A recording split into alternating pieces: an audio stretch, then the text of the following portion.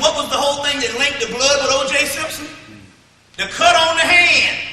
But in this movie, he's talking about them convicting him based on his hand, and the cut is on the hand, and they got the same chase, the chase scene. Then it comes into real life. Charlie Sheen's best man is supposed to be Kato Kato. And the only thing you got to do is find out when the movie was released. That's the mystery. When you find out if the movie was released before she died, or even during the time that she died, because how would they know? Give you another one. Go and find this out, because everything is everything. Go get the movie Natural Born Killers. Natural Born Killers came out around early August of 1994. Although it did come out right after Nicole Brown Simpson died. I'm just awful curious on how, at the end of the movie, you were listing a whole bunch of serial killers, Charles Manson, John Wayne Gacy, and a bunch of them. And before the preliminary trial, you put O.J. Simpson's picture in a movie before he even goes to preliminary trial. I'm just curious about this. Let alone there's not even been a trial to convict him. But here's a preliminary trial. His wife dies in June. The movie comes out in August, and I'm quite sure that the movie was damn near made months before, and yet they got his picture in the movie. You understand what I'm saying? Or how you get a movie that is made in 2000, comes out early 2001, Hannibal Lecter, and they got Hannibal Lecter picture up there flashing, as well as Bin Laden's picture. Then you find out that you're living in an actual test tube nightmare, that things are already preordained and planned. And the only thing you got to do is just do some research. You see, and do some research. How would they know to put the picture? Well, they say he blew up the bombing in the embassy. You know, some people say, well, you know, he did bomb the embassy in Kenya. Oh, yeah, all right. You got him up there with Hannibal Lecter. That means that he is damn near notorious. In mythology, Hannibal Lecter is supposed to be the truth. You talking about a beast. You know what I'm saying? As far as killers go, they got your boy thing up there. They got Bin Laden, who just so happened, the father, the Bin Laden also happened to have a building at Harvard University, and they still giving them $1 million a year. And like your boy said, that did the movie Bowling McCollumine in the book, the author said, how is it the day after 9/11 when they suspended traffic all over America, the only people who were allowed to fly was the Bin Laden family. That's about like that same thing when they shot Martin Luther King. And one plane flew out of doggone Memphis that night, and Jesse Jackson was on it. You better recognize, you know what I'm saying? That's a dangerous Negro if you ever saw one. You know what I'm saying? And Jesse Jackson was on it. The whole conspiratorial thing with that, including when Jesse Jackson called the hotel and had them throw out. There was a Black Power movement, some Black Power movement like the Black Panthers, but they was the only ones on the premises that had guns.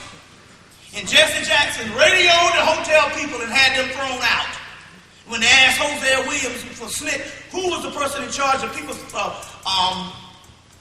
staying in the hotels, he said me and Ralph Abernathy. But Jesse Jackson is up and froze. The only people that's armed have them thrown out of the hotel. The little Black Panther is like a Black Power movie. They had several of them back in the day. You just know the Black Panthers. Had them thrown out. And how the doggone woman who was the woman who cleans the rooms, she said, I saw Martin Luther King fall, and I saw Jesse Jackson putting something in a doggone black bag. Clutching something and putting something in a black bag. And they said, when his plane, if they lock down Memphis, how the hell are they going to let a Negro fly out of Memphis? The only plane that's let out of Memphis, and Jesse Jackson is on it. And when the guy, there was a white guy who came to pick him up from the airport, they asked him what he said. He said he got off the plane and he was clutching this black bag. See what I'm saying? Then you understand how people run for president. and all types of things go down that particular way. But this is the thing that's going down. So even with the Kobe Bryant thing, it is interesting here. It is interesting here how this whole thing goes down. Now, if this judge tomorrow says, don't say that he they don't have enough stuff to go to trial. Oh, he's swinging. He going to jail. You see what I'm saying? Like that type of thing. So it's some stuff that's actually going down. Now, I'm going to get off this conspiracy thing in a minute, but I'm in Cleveland 2 weeks ago. They got a high-rise in Cleveland. It's the rave of downtown Cleveland. They got a high-rise. It's about 60 stories tall. It's one of the tallest buildings in Cleveland. It's a beautiful, marble-looking, high-rise building. It's beautiful. Right in the middle of downtown Cleveland, federal prison. Ain't that some shit? But it also represents the economy and how this stuff is based off of all this prison labor, as well as the Mexicans working. You know what I'm saying? I got a brother that needed to move some tables. Somebody said, go up there on Buford Highway and get these Mexicans. He go up there, he think he gonna get one Mexican to help him move his office. The man said, no, folk. He's like, I ain't got but $100. He said, no, 25. You see what I'm saying? But then again, that's what the country was built on. Slave labor. Not no blood and sweat and tears.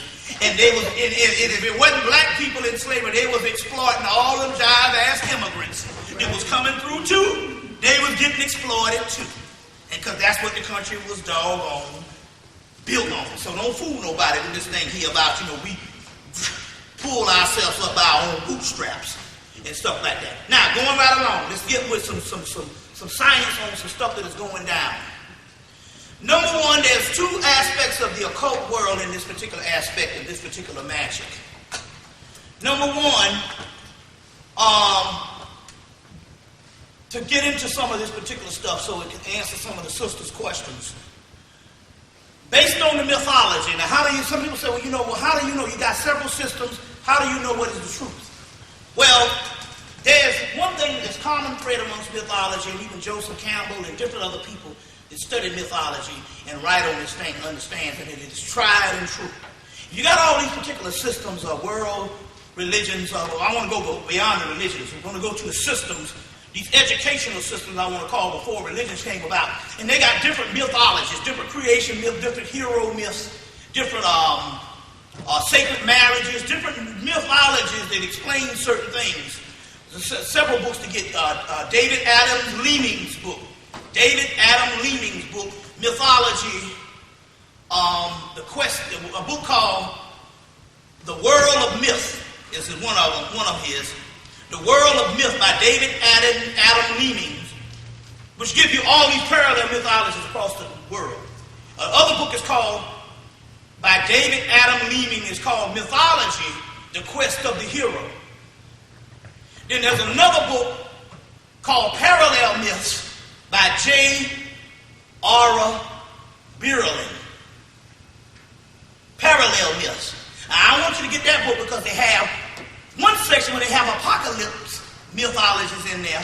And it's interesting here because Jeremiah explained in his book Natural Genesis 1888 that the Christian apocalypse came from Persia. And the Persians got their apocalypse when Cambyses raided Egypt and took this particular stuff out of Persia. The Christian apocalypse, and the reason why I want you to get J.R. Bierling's book and look at the apocalypse myths in there, because they just didn't plagiarize it. They shamefully ripped it off. As they damn near didn't even change no words. It's literally the same apocalypse that is coming from Persia. You see what I'm saying? Which is one of the oldest books in the Bible. So now in understanding these things here, when you want to understand closer to the truth on what's going on here, and understand closer to the truth, is this. Whenever you have different cultures, different customs, different language, and the mythologies are different around the world, but the actual pattern of the trend or the principles are the same, That's the closest truth you can get on this planet Earth. And it's only found in mythology. That's why they got white folks getting PhDs in mythology. You know what I'm saying? You know, we go to school because we got to make money. You know, that's the slave system. You know, it's just like the Rosie O'Donnell. They asked her why did she quit her job. You see? And she said, you really want to know why I quit my TV show? This is why. She said, I'll tell you. One day I'm watching Oprah. And she said, look, I said, here's a woman that's got $1 zillion and she's still working. Not only that, Oprah done added an Oprah at night on the Oxygen channel. This the richest, not only the richest black woman, this the richest woman in the United States, and she's working. And Dick Gregory also tells you the people who run the world, they don't work. Queen Elizabeth makes something like what? $100 million a day? I think it's something like that. It's ridiculous. You say, well, how can she make that? Remember the British Empire, the world isn't set on the British Empire. And don't let nobody fool you. Britain didn't get out of them countries and leave the wealth behind. They got out of those countries, those neo-colonialized countries when they got out. They still making money off those countries. Britain is the pimp and those regular companies, those companies are the hoes. They just don't have to be present then. But they didn't get out of Nigeria with that light oil. You see what I'm saying? They didn't get out of those particular countries that particular way. But Rosie O'Donnell said, she got $1 zillion and she's still working. So she said, I quit my job, moved into a studio in my house, cut off the phones and had one inside phone and I painted for a year to give your mind time to think. Now, one other thing I want to say about this core center, because we want to ask this particular question. Here's the people that went into Iraq. To get the people into Iraq, they lied. They went into Iraq on the pretenses of weapons of mass destruction. And the only reason why you went for it because you were scared based on 9/11, because that's the mind of, see, after 9/11, you go for anything the government says, just as long as somebody don't blow me up. So, they go up in there, these motherfuckers don't come back with one bullet. They don't even come back with a bullet. Show me a bullet or something. And yet, they can ask for $87 billion, and it gets approved on Friday. What is one of the reasons? One of the reasons is, just like I told you how religions and all that can take your core center, well, what you think about America, the beautiful, America always right and other countries are wrong. America, land of freedom. America has to deal, we are fighting to preserve our way of life and preserve freedom. That also goes into your core center. So here it is, white folks. You know, black people, you know, we just shit, you know what I'm saying, with us, you know. We don't count when it comes to this type, our opinion on this type thing. You all know of a motherfucker knocking you over the head in a community. It ain't nothing for you to live an alternative life, and the freedom shit don't measure to you. But when it comes to white folks, you're going, well, I'm trying to figure this out. You say you all Mr. Analytical and all this here. How will you let this go when we talk about educated folks? And you can let this person come up in here. First of all, I'm still trying to figure this out. How do you elect a village idiot? He couldn't even speak the English language until, it's interesting, he was messing up, and it's interesting, he couldn't speak the English language. He would always fuck up on all his interviews until 9/11. And ever since then, his voice has been impeccable. Not only that, he was dropping it on the state of, when he was addressing the people, and he was sounding so good, he looked at his wife and winked and said, I got these fuckers now. That's mind control. I'm like, damn, this mug sounds pretty good. He was a village idiot before. Well, he leaves the country now. And it's interesting here. We want to know, well, how these people can do this with white folks? Now, we know black folks under mind control. The only thing they got to say with black folks is Jesus. And your ass will get in line. You know what I'm saying? That's all they got to say is Jesus, and it's already, that's it. They say Jesus, shit. That's all they got to say to black folks. It's Jesus. They show that on Wag the Dog. Want to get Negroes in it? They had that choir. Remember the choir was singing and stuff? And they brought the choir in and they just singing to Jesus and had the gospel. That's all you gotta do with black folks, is just say Jesus. And that shit is like, but I'm trying to figure out how you got all these people in this country white, and they file for the man, come back and don't bring back a bullet, and then he say 87 million. And they go for it. That's because somehow they have tapped into the core spirit. It's not in religion, but it's in this fake ass shit about America the beautiful and freedom, freedom, freedom. And how this thing turned from going after weapons of mass destruction or to freeing Iraq and coalition forces. Who? You and Britain were the only two people there. You got coalition forces. You understand what I'm saying?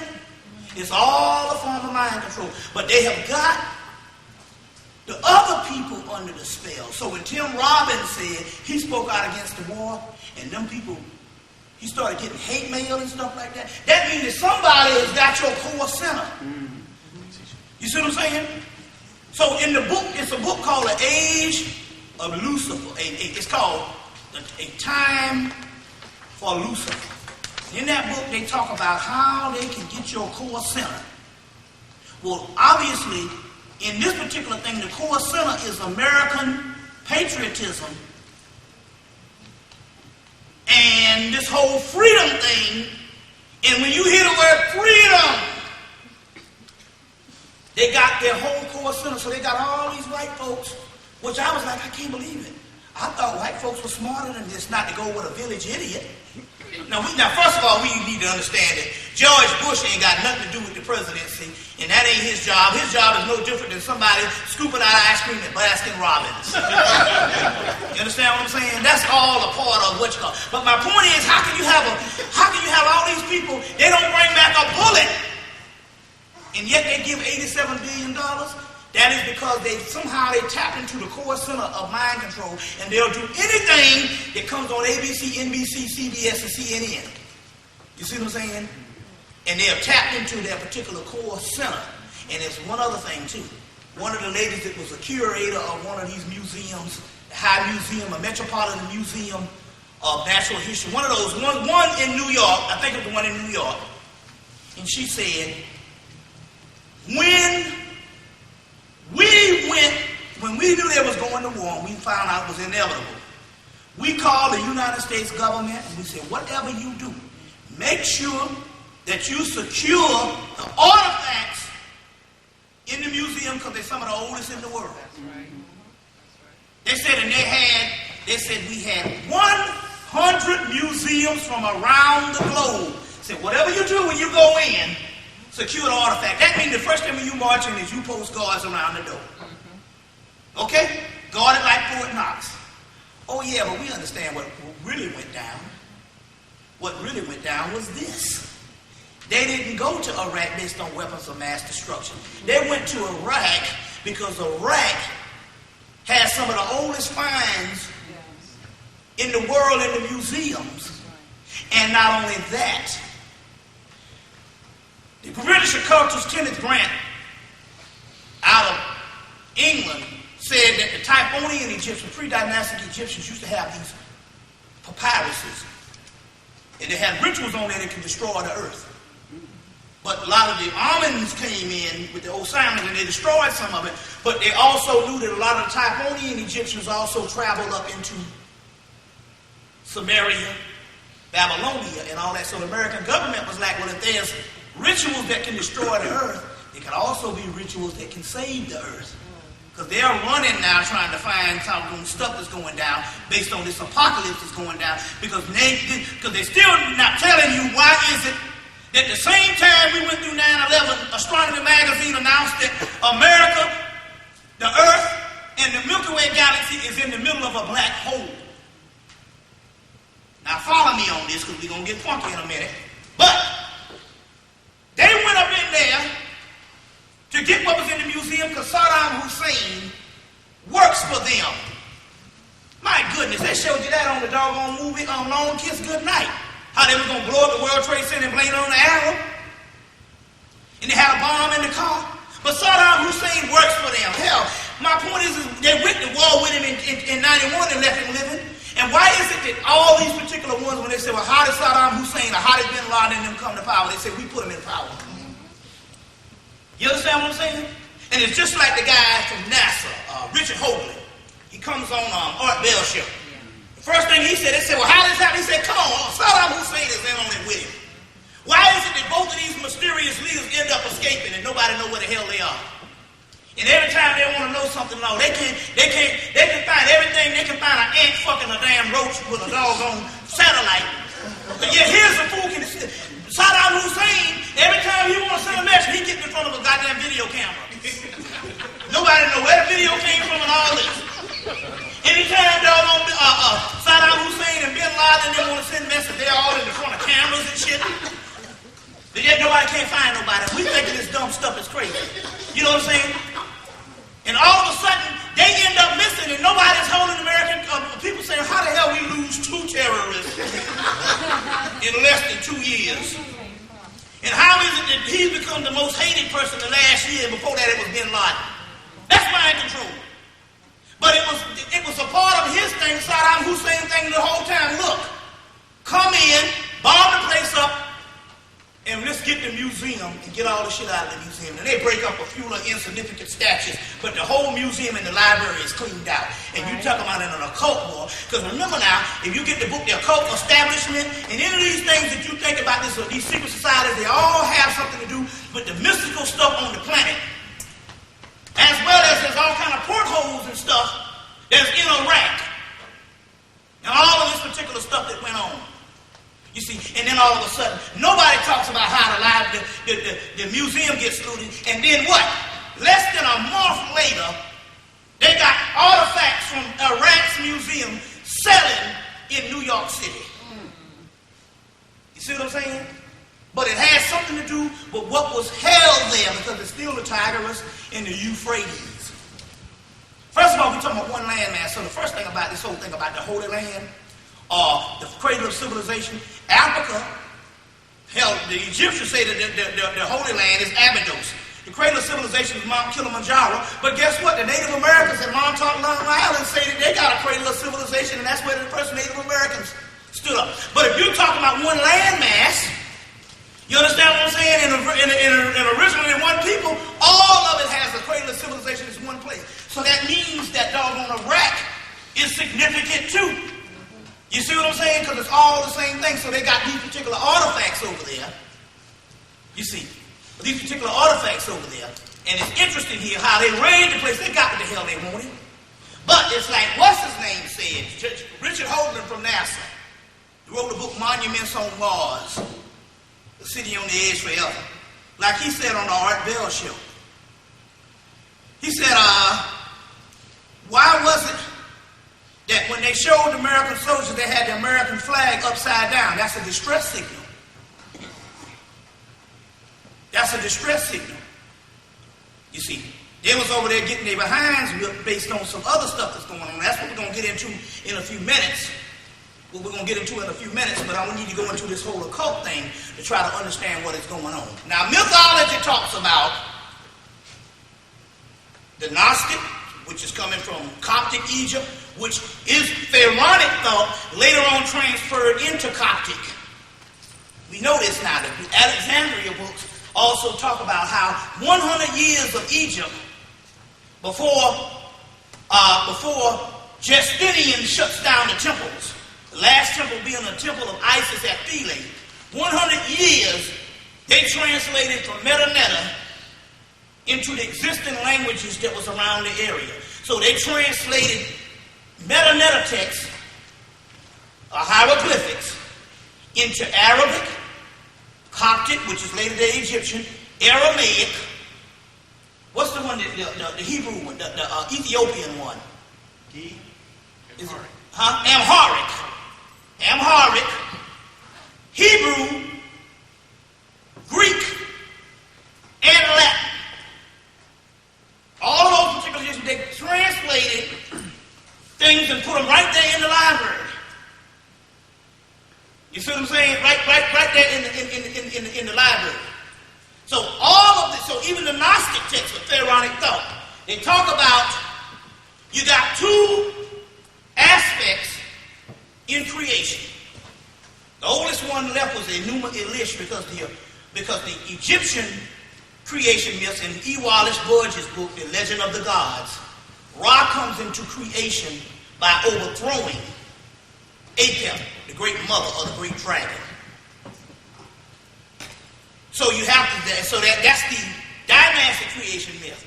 The ones that, so the other one didn't survive the Typhonian, but we now trace it up into Babylonia as the Enuma Elish, where Tiamat is the mother, our world, as the Kabbalah tells you, is built on several other primal worlds. So creation starts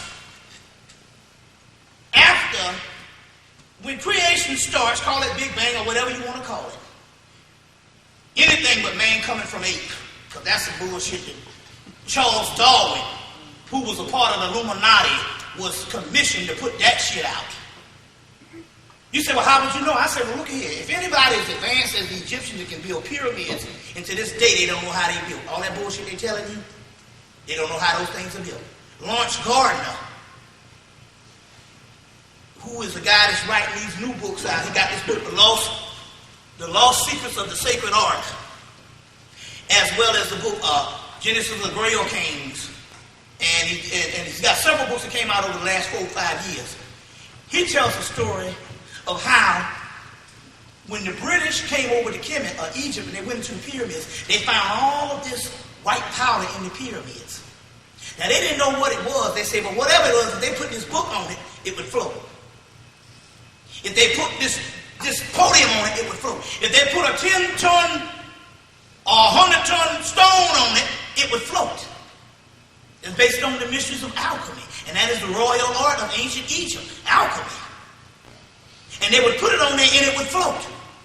He said, but the British took a whole ship full of this shit back and cleaned out of the pyramids. And the fools didn't secure it and cover it the right way. And when they got back, all of it was blown away but a saucer full. But in the British Museum, they got a saucer full of this white powder. They talk about this white powder gold, but this is the real stuff that the Egyptians made of the Camite. And they said, whatever they put it on to this day, it floats. So here it is, we got people that's so advanced that they can deal with stuff like that. They don't know whether they came from damn apes or not.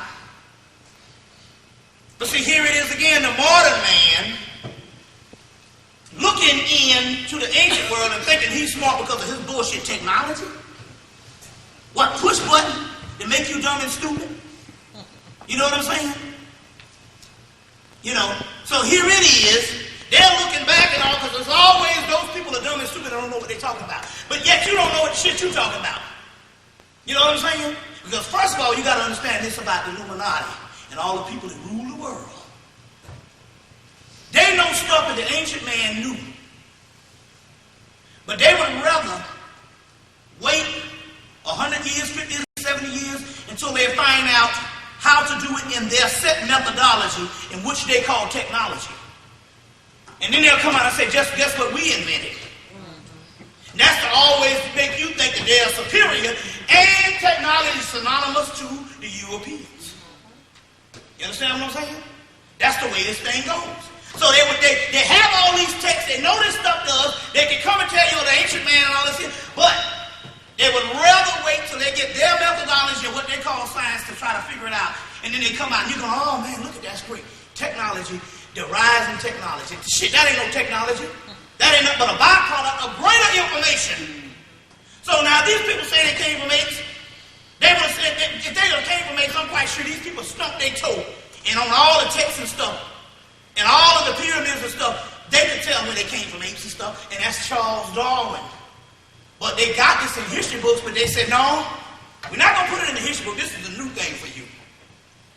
They decided somewhere in the early 1980s, they say, look, we need to teach a certain segment of our children and the society. Now, they don't give a damn, even when it comes to white people.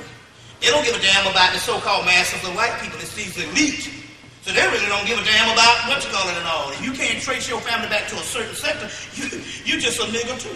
You see what I'm saying? So they ain't got nothing to do with just what you call it and all. They want to teach a certain people, a certain elite group. They said about 5,000 to rule the world, that the guy Ralph Shulman said.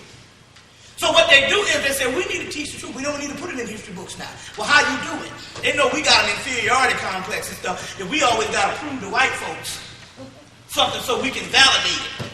So it's interesting hearing all and stuff like this and all. Nothing ain't valid until the white boy said it. It's just like we talk about, we live in two Americas. Everybody know we've been living in two Americas since we've been here. But nobody thought about it until the white guy Andrew Hacker came on Oprah and said, there's two Americas, separate and unequal. And all the black people talking about it because he's not equal. You see what I'm saying? So now, dealing with this particular science and all, dealing with this particular science and all, you got Charles Darwin, who was a part of the Illuminati of these cult societies, was commissioned to write the natural selection and this whole thing based on the eighth thing, but they even tell you this in this link, to cover up the history of Atlantis, Lemuria, and other indigenous races of people outside of Europeans. And how so that them damn niggas running around in the damn with a blues guitar be able to be that great. It's all a part of the scheme and all. And guess what? Guess what they put? They said in 1980, they said, don't give it to these black people to validate it that way. Put it in the comic books. Mm-hmm. And that's what they told you on the movie Unbreakable. When Samuel L. Jackson said, I believe you can find everything you want in the comic books. Mm. If you want to really do it on, I don't think this is bullshit. If you go to Forbidden Planet in Manhattan, New York, the Forbidden Planet is a comic book store, and you don't find children up in there. You find grown white folks up in there. That's who you find up in there. There's grown people. And so there's a book called The Nephilim, a role-playing game. It's all in these role-playing games. These role-playing games are made from ancient information and legitimate information. They got role-playing companies called Chaosium, GURPS. And they put these things in there and they put the truth in those particular books. They got a whole history on the Moors, whole history on Atlantis, but it's not coming from the regular general history in the scholastic thing, although it's in there too, it's in the libraries, in their particular libraries, but it's in these particular role-playing games, GURPS, Chaosium. There's several of these companies and all, you see what I'm saying? They put these things out and all. There's one called White Something out of Atlanta, Georgia, Stone Mountain, and do the whole vampire series and stuff like that. Part of the stuff that made Blade came out of that particular series also too. So there's this particular information, but they're not going to put it there. So they hide it from the general public who is white, and they hide it from you, but it is in this particular stuff that is going on. It's in the comic books. And therefore, you can't be coming up here arguing some stuff with me. You say, where'd you get that from? I got it from a comic book. You see, you threw dealing. That's scholastic suicide. Now, dealing with this particular information, the Enuma Elish talks about two creations, and our world was built on a creation that was, before our world, what we call the world of creation, it was built off of several of the primal worlds. And those particular primal worlds used to be civilizations or creations that existed about as long as the earth existed at this particular time. The oldest text that explains that is the Enuma Elish. Your Hesed's Theogony talks about it, which is the basis of the Greek mythology. Talks about it. Just about everyone talks about it. Even in India, they talk about the Asuras, who were pristine gods that used to rule, was overthrown by the Devas. So, in so many words, the apparatus of what controls are the gods that control creation that we know it, were the children of another group of pre-entities that existed years before, or eons before. All explained in H.P. Lovecraft's Cthulhu mythos. Some people say, oh, that's not real because he had it in a series of dreams. Well, I want to ask you a question. How do you think that the ancient man got all that particular information? Through channels, dreams, and all this stuff, and they recorded it down. It came from the archetypes of collective unconsciousness. So now, to make a long story short, what is happening is this. What is happening is this. The world of creation that we know it, the world that you call light, There's the light world and there's the dark world. There's the light side, there's the dark side. There's the yin and there's the yang. The light side, if you have a bulb, a light bulb, you have any kind of light, you are actually seeing something that is burning out. It is expending itself as we speak. The only thing, if there's a light that is lit and you know that light is going to leave, the only thing to look forward to is that which is in the darkness, because that has the most potential. So through the nothingness, you get the absolute. That's why on the top of the field of Kabbalah, you get Ein Soda, Uda, Ein Soda, and it means nothing. But they say from the nothing, the triple blackness of space, you get the absolute. So, in so many words, what is happening here, because this is a series of illusions. You're moving the matrix. It is all in illusion. We know that that's all called Maya in East India, but there's a book coming out of Sanskrit text by, her name is Wendy O'Flaherty. The book called Dreams, Illusions, and Other Realities. You want to get some of the, because they borrowed from several different texts. A lot of the stuff that you will find out about, a lot of that's coming from Sanskrit text, is talking about how this is all an illusion. It doesn't exist. Or get Michael Talbot's book, The Holographic Universe. How this is all a hologram by Michael Talbot. But in the particular book, The Matrix, in the particular movie, The Matrix, one of the ones where you get the main text of this being an illusion, this is all an illusion, all a dream, you need to get the book Dreams, Illusions, and Other Realities. It's a serious work out of a woman out of University of Chicago called Wendy Duniger O'Flaherty. It's her name, Wendy Duniger O'Flaherty. And her particular book, Dreams, Illusion, and Other Realities. So in so many words, in other words and all, now in the Hermetic text, which is the priest of Tahuti, and later on you get the Greek word Hermes, they talk about how none of this is real. So the person is having a dialogue with the god Tahuti, and he says, he said, none of this is real. He said, why? He said, if this was real, it would never deteriorate. It would be there forever. Only that which real is absolute and is always there and indestructible. He said, for the mere fact it can deteriorate means it's not real. So the guy said, is not the baby real? Is not the woman real? Is not the man real? He said, no, they are not real. They are only mere appearances of something that is real. The only thing is real is the soul. The invisible, indestructible seed. And it is dreaming this illusion out. So this is only a dream and an illusion. So for the mere fact that you can manipulate it through magic means that it's not real. It's a series of events that never happened. You never existed. Your soul is only dreaming you out, or your spirit. You never existed. So this is the concept, and this is not just East India. The Gnostics talk about it, which is Pharaonic thought. All ancient cultures talk about this being an illusion. Even your Bible talk about this world will pass away, and this world is not my father's. And all the type of stuff here. So it's an illusion. It's not one that is real. So the concept here is this. In Isaiah 45, they say, I will give you the treasures of darkness. Well, how is the treasures of darkness a treasure? Another thing, it also says in Revelations that the ones that will be raised up will be the ones that are cast down before the foundation of the earth. Anybody ever read this? It's in the book of Revelation. You just got to go to the book of Revelation. It says the ones that will be raised up will be the ones that were cast down before the foundation of the earth. Well, I thought the ones that was cast down before the foundation of the earth was who? Satan, Lucifer. Satan or Lucifer. Well, if you go to the stories that those came out of, wasn't it the Titans that was overthrown in the Greek mythology? And what happened with the Titans? The Titans' blood was turned into man. Man was made out of the fall of the Titans. Well, you can get either Jeremiah 1888, Natural Genesis, where they break down the numerical value of titans, and it's also the word Teton, and also the word Satan, or Satan, or Satan, or Satan. Satan and Titan is one and the same. Also in a book called The Two Babylons by Alexander Hislop. The two Babylons. I think it's Alexander Hislop's book.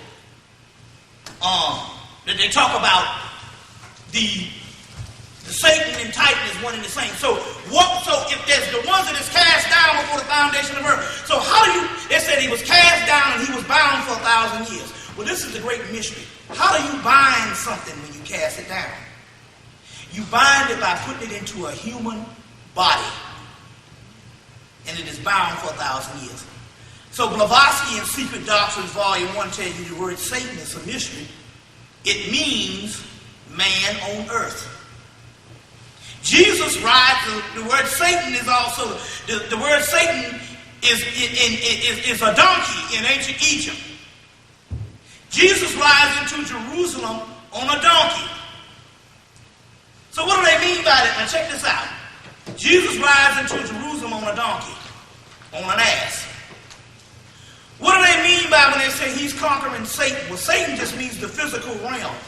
The word hell also is the word hail or the word heil. They call it Heilet. Heilet means physical realm of the underworld. Well, guess what? If you were in the heavens, the underworld would actually be the earth. So, when Jesus conquering Satan, it means that Jesus conquers his physical condition. When you conquer something, you synthesize it. You overcome it. So him conquering Satan, he's only conquering his physical condition. Somehow these things got muddled into moralism, and you're thinking there's a physical man with a pitchfork. Although we have no depiction of him whatsoever. But let's go on. You have the ones that are cast down before the earth, and the old serpent in the Garden of Eden. When you deal with these things on the esoteric aspect, you're talking about the Kundalini energy which is inside of us. That's what the old serpent is, the brazen serpent. There's a book called Fire and Ice where they do this Kabbalistic breakdown of the word serpent and the word Mashiach.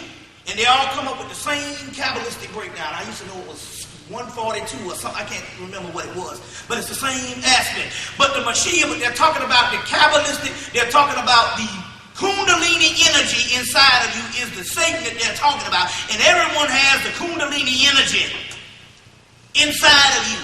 That's the Satan that they're talking about. So these are esoteric terminologies outlawed by the Roman Church and by several Hebrew sects earlier is where they got the idea to do this thing from. And they outlawed Kabbalistic and spiritual esoteric sciences and all that stuff they lumped in and called it the devil. So they say what happened was that you had societies that would come about and they even there was societies and it just didn't happen. It happened also in Egypt. That's why they turned against the pre-dynastic aspect. That means that you have all these esoteric principles. And then you would have generations that would come about 100 years later. And those things that they did not understand, they would just lump into evil. So it's more a political thing than it is anything. That's why they say, I will give you the treasures of darkness.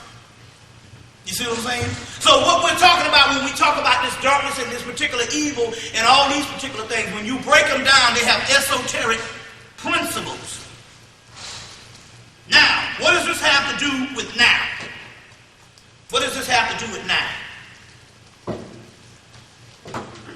This particular world that we are into at this particular time, the residue is all that's left behind. All the cycles that any of the ancient people talk about have all run out. They talk about this 2012, but it's like the movie The Matrix said. We don't know what time it is. They done changed the calendar so much. It's more like 21 something, 12, or, or whatever the deal is. It's hundreds. It's at least they're talking about at least 40 or 50 years behind time. This particular calendar. You see what I'm saying? Or maybe 100 and something. You just don't know. The key here is we can detect what time it is, and why is a government that is having a perfect boom of prosperity, economic prosperity by 1999. You see, let you know this, black people black people dance and sing and blew saxophones for doggone Bill Clinton. And Bill Clinton is one of the worst presidents, one of the most dangerous presidents that ever lived. You know what I'm saying? Bill Clinton is a Rhodes Scholar. That means, right, that's Cecil Rhodes. That means, that's Cecil Rhodes. That means that this man is nobody's slow knee. You know what I'm saying? Every entitlement program that black people had ended under the Clinton administration, and you loved him to the last day. And this man was so dangerous, he put Ron Brown on a plane and shot him right straight in the back of the damn head. And they got the bullet hole in his skull. You see what I'm saying? Because the thing about it is you are too stupid to understand there's no such thing as a party system. Didn't Bill Clinton invade Iraq in 1998? Huh? That proved right there there's no such thing as no party system. You see? It's business as usual. Run his job is to give you the illusion. Now in this book, The Occult Technology of Power, they tell you that if you give a person a monarchy, they will mess around and they'll become jealous of the monarchy. So what you do is you give that particular person a president that's supposed to be of the people, by the people, and for the people. And the first thing you do is you expose all his flaws. So Bush can't speak well. He's a dope head. You see what I'm saying? And Freedom of Information Act, Dick Gregory got this off the Freedom of Information Act out of Washington, D.C. That George Bush Jr. spent 3 years in a crack house with a black woman. And Condoleezza Rice is his woman. That's right. He wanted Condoleezza Rice. That's right. That's the Freedom of Information Act about this cat. Now, the mystery here is that you said that's in their particular guidebook, they wrote their rule book. They say the first thing you must do is whenever they have a leader, always show him with flaws. And that will make you think that you are free because you can talk about the president that you lead flaws. But our ability to exist is to remain anonymous. He's a person, the person that is in public view is vulnerable, and he is not the person running things. He is the decoy. So therefore, we put him out here and we give you a bunch of shortcomings, his flaws. Well, Clinton couldn't keep his dick in his pants. What's the name is a dope head. You know what I'm saying? All these particular things that went on with these presidents, and that's a psychological thing to make you think in actuality you run your own damn country. And you live in freedom because I can talk shit like the president, and I got a freedom of speech, and you don't even know. He's the decoy. You know what I'm saying? And you pay a price for the real freedom. What determines on your freedom of speech is whether you are talking based on the truth that is given to you or whether you're telling the real truth. Number one rule that everybody must know. They never put people that's the enemies to the United States government. If you learn this, you learn everything. Anybody that's an enemy to the United States government, they never put on their media. Anyone that they select to be their villain, their foe, their enemy, their adversary, is already picked and is on their side. They got white folks in this country right here that they want their show on fucking TV. You see what I'm saying? Because they know if they put them on TV, they would expose a certain amount of things. That's why our illustrious scholars, Dr. Ben, John Henry Clark, and none of them ever got on TV. Farrakhan did. You understand what I'm saying? Farrakhan got on TV, but not a one that can bring bibliography and bring the truth. They never put them on TV. So the first number one rule, any adversary you see is already picked and it's working for the doggone enemy. They never put The true enemy is on TV. They got a white boy in England. They don't even they had a book signing for him in December. They had over 1,000 people came to his book signing, and he wasn't even there. He's a fucking recluse. Name is Kenneth Grant, one of Aleister Crowley's disciples. They don't put him in no bibliography. He's the persona non grata of the cult world. You see what I'm saying? So they got white boys that they don't even put on TV because they know that they ain't gonna go that route with that shit. So let alone anybody you see that they put on TV, and anybody you got them arguing and stuff like that, they're always arguing over two sides. Either capitalism, communism, or some other crazy stuff that they want to give you. And you fall for the bull. Now, going back to this particular thing here, we must understand these particular systems. And to do this, I must just do this. I must give you a diagram so you can understand what is going on, so I can give you the crux, and then we can go into a question and answer. To give you a diagram. Y'all all right? Yeah. Okay. This is a diagram of the Kabbalah, of the tree of life. This is the diagram. This is the world as we know it. The sun, the moon, the stars, and the gods that hang upon the tree. The gods that hang upon the tree. There's several. You can get any Kabbalistic systems, and they have a diagram of the tree of life. The tree of life. But I want to give you a good one. Y'all all right? Because I want to explain this to you. What's going on this particular occult information. This particular information is going on. Everything is a work of the devil. Ain't that something? Everything is a work of the devil. The word demon means Damien, which means one's own genius. You get the word Amen, which means hidden God. You get the word Amen, which means hidden God. In Greek, you get the word Damien, which means hidden God, or one's own genius. And then you get the degraded form demon. These are nothing but hidden substances inside of you.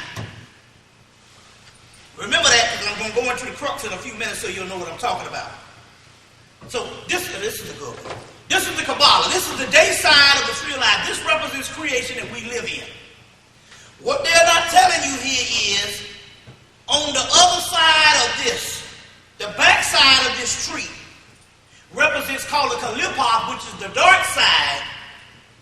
But the Kabbalists tell you that the back side of the tree will be the tree that will become the reality in the beginning, in the end. So, the Gospel of Thomas, which is one that didn't make it into the Bible, tells you will know. They're asking, what will you tell us about the end? He said, you'll know the end when you know the beginning. Get the Gospel of Thomas and read the Messiah that's up in there. You can download it off of the internet. You can get Harold Bloom's book, The Gospel of Thomas, and you can get the Gnostic text called the Nag Hammadi. But get the Gospel of Thomas and read the Jesus up in there. This is the Jesus that came out of Egypt. And he sounds like he's a party animal. None of this moralistic shit. They're like, what kind of diet you want us to go on? He like, why do what you hate? God, he said, blessed is the man who eats the lion, and the lion becomes part of the man. Cursed is the man that gets eaten by the lion, and the man becomes a part of the lion. They said, tell us about the kingdom of heaven. He said, you won't find it looking for it, because you know it's within. Then they said, well, tell us about the end. He said, you'll know the end when you know the beginning. Well, in the beginning, they said, I will take the last and make it first, and the first and make it last. Well, and also in the Kabbalistic scheme of things, the tree on the backside, which you call the demon, hell. Hell is where the hell you want to go. Because hell, what is down, this is also called hell, Malkut, which means the earth. That's where hell is in the Kabbalistic scheme of things, the fallen daughter, the earth. But this will lead to the backside of the tree, which is the dark realm. And you will go into question and answer, but I want you to ask me about these things. Which is that which is dormant that will live again. The great old one's word, the great old ones are, and the great old one shall be. You see, so the backside of the tree of life is where the so-called demons rule, or the Damians, the hidden substance. And that is the world that is coming. This particular world is leaving. Well, don't get mad at me. I thought all you Christians know that there's supposed to be the end of the world. And I don't know no religious text where they didn't say that this was going to be going on forever. Well, all you got to do is watch the government. The only reason why Bush and everybody else is getting their orders to tear down the damn country, because Bush and them know the shit is over. See, Bush, believe it or not, I like Bush. Not for the simple fact that based on the political thing. I like Bush because Bush is doing the job. Bush is tearing this motherfucker down. And he's doing it based under the behest of the people. And they're not doing it, you got to understand, they're not doing it based on anything political. They're not doing it because of oil, because they own the oil wells. They got oil wells capped in Texas. They're doing it because they know that this thing is over. Let me give you an example of what's going on. Where did all this start from? Well, on May the 21st, 2001, our Milky Way slipped into a black hole. Totally into it. Now follow me on this. So to let you know this ain't no hodgepodge, this is no crazy stuff. Go get Discover magazine, November 1998. Go get Astronomy magazine, October, which October magazine comes out in September. Magazines come out a month. So the October come out in September. It's either October or late September, 2001, during the same time they had the 9/11. They talk about in the heart of a black hole. And Discover magazine, June or July 2002, they talk about the black hole again. Now follow me on this. We slipped into a black hole on May the 21st of 2001. In June of 2000, Nightline talked about how the earth and everything was going into this void of blackness and how the stars was disappearing. And it was talking about how this is the end and all of this kind of stuff. And then at the end, they dropped all the stuff at the beginning of it. Then they put the people back to sleep for the dummies. They wanted, oh Lord, we dying. To make sure that you don't ease. They say, oh, this will be a couple of million years ago. But they said this was a couple of million years off. But at the beginning of the special, they said it was traveling as the same speed as the speed of light. But yet they said it's going to be a couple of million years away. And the speed of light, that's fast. So anyway, we slipped into a particular black hole. You will know at the black hole for one thing that's happening. Now, all over the United States, they got a mold problem, which means they got people, they got rich millionaires in Texas. You can't live in it because this black mold is taking over the whole house in these mansions. Well, I got a mold problem. My whole street got a mold problem. And I'm spraying antibacterial stuff in my clothes. My winter clothes, because if I close the door during the summer, it get this mold. That's all these microscopic organisms. It's all in the movie Dean Koontz Phantoms. Oh, it's real. Dean Koontz Phantoms. Even in the movie that came out on what's that? The movie with the two guys, Silent Bob. What's it? Bill and Silent Bob. What's the name of the movie? Silent Bob, that movie, they was talking about all these movies wasn't worth shit. And then one of them, he turned to Ben Affleck and said, but you did the Phantoms, and they gave a high five. That's some real stuff that's going down. So anyway, it's this microscopic organism. They call it midichlorians in the Empire Strikes Back. The Phantom Menace. There it is again, Phantom Menace. Well, follow me on this. We're going to get highly scientific in a few minutes. So anyway, we go into this particular black hole. At the same time we slip into this particular black hole, this mysterious building falls in New York. Now, if you go to the Tarot system and look up especially Crowley's Book of Thoth, and go to the Tarot system and look up the tower, the card called the Towers. And they say when the lightning strikes the towers, because those were towers, meaning also the number 11, when the lightning strikes the towers, it means that there's the change of guards from the old regime to the new regime. Now follow me, this is going to get very important. This is very important what I'm getting ready to lay on you in a few minutes. going to lay on you in a few minutes. Now, the black hole, everything that's been going on since we went into this particular black hole, the scene shift, we are now in Iraq. The British occultist Kenneth Grant, he put out these particular books. They're not even in America no more, so I got to go to New York and I got to buy one of these books. He started with a series of them in 72. In 72, he got 9 of them. The whole occult world turns against him because number one, he giving up all the stuff on Africa, Egypt. It's a white guy. He giving up all the stuff. So he becomes persona non grata. And all the Crawley Society say if you use him in the books, told the book people, if you use him in Samuel Wise and Llewellyn and these occult books, so if you put him in the bibliography, you're not going to be able to carry none of our stuff. So anyway, but Crawley's information sells. So they got him shut out. Kenneth Grant. He has to sneak into the country to go to Albuquerque, New Mexico, and he put out a book called Polaria. That's the book you need to get. Polaria, the gift of the white stone. That's the one you need to get. It is 9 of his books put in one paperback book, and he had to sneak in the country to publish in Albuquerque, New Mexico. That's the one you want to get. It's called Polaria, the gift of the white stone. It's in print.